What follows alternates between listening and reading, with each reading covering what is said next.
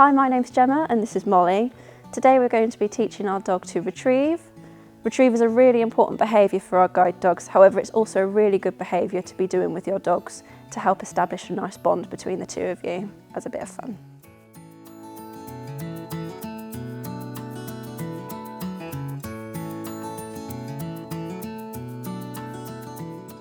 To start this behaviour, we're going to begin by breaking it down into separate stages. Make sure you're starting in a nice, distraction-free environment, ensuring that your dog is being set up for success. Make sure you've got lots of kibble on you and that your dog has access to water at all times. Retrieve can be a difficult behaviour to master, so make sure you've got each stage first before you progress on to the next one. We know that our dogs like to chase things, but not all of them like to give them back. So we're going to start at the end and work our way to the beginning, a process we like to call back chaining. So retrieve ends with the toy in your hand. So that's where we're going to begin. Make sure that you've got a toy that is easy for your dog to put its mouth around. Start with the toy in your hand and we're going to begin by marking the dog for any interest that it shows in the toy or if it puts its mouth around it. Good girl. Yep. Good girl. Good girl. Yep. Good girl. Slay. Yep. Good girl. Well done. Yep. Good girl. Once your dog is consistently putting its mouth around the toy, we can begin to progress the behaviour. The next stage, we're going to be slowly lowering the toy gradually to the floor. Good girl.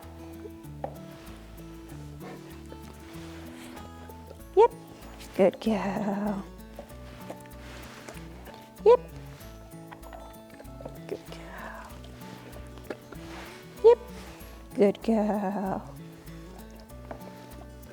Yep. Good girl. Yep. Good girl. If your dog at any time offers you a different behaviour, all we need to do is just lure them back to where you want them, back into either a sit or a stand. And begin again. Yep. Good girl. Lovely. Good girl. For step 3, we're going to start with the object on the floor. Mark and reward your dog for any interest that they show in it, including putting their mouth around it.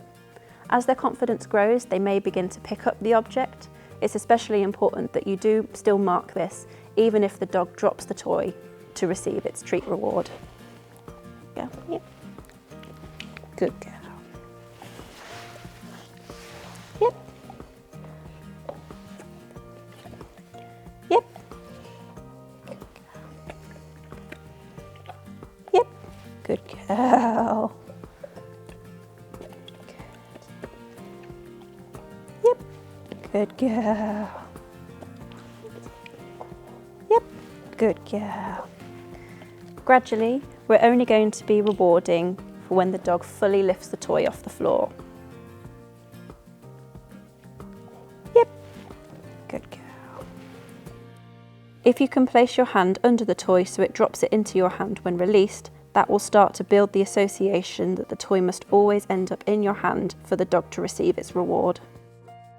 Your dog will learn to drop the toy into your hand.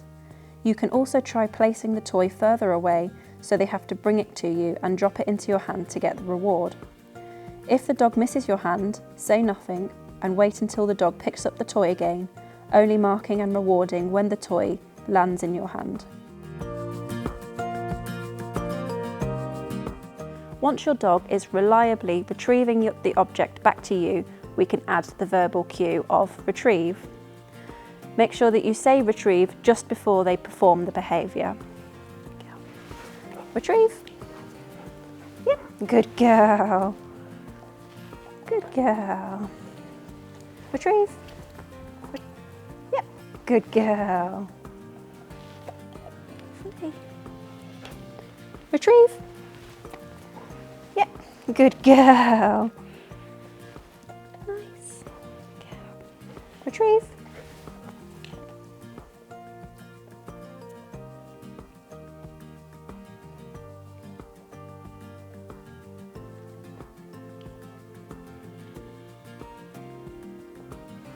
Good girl.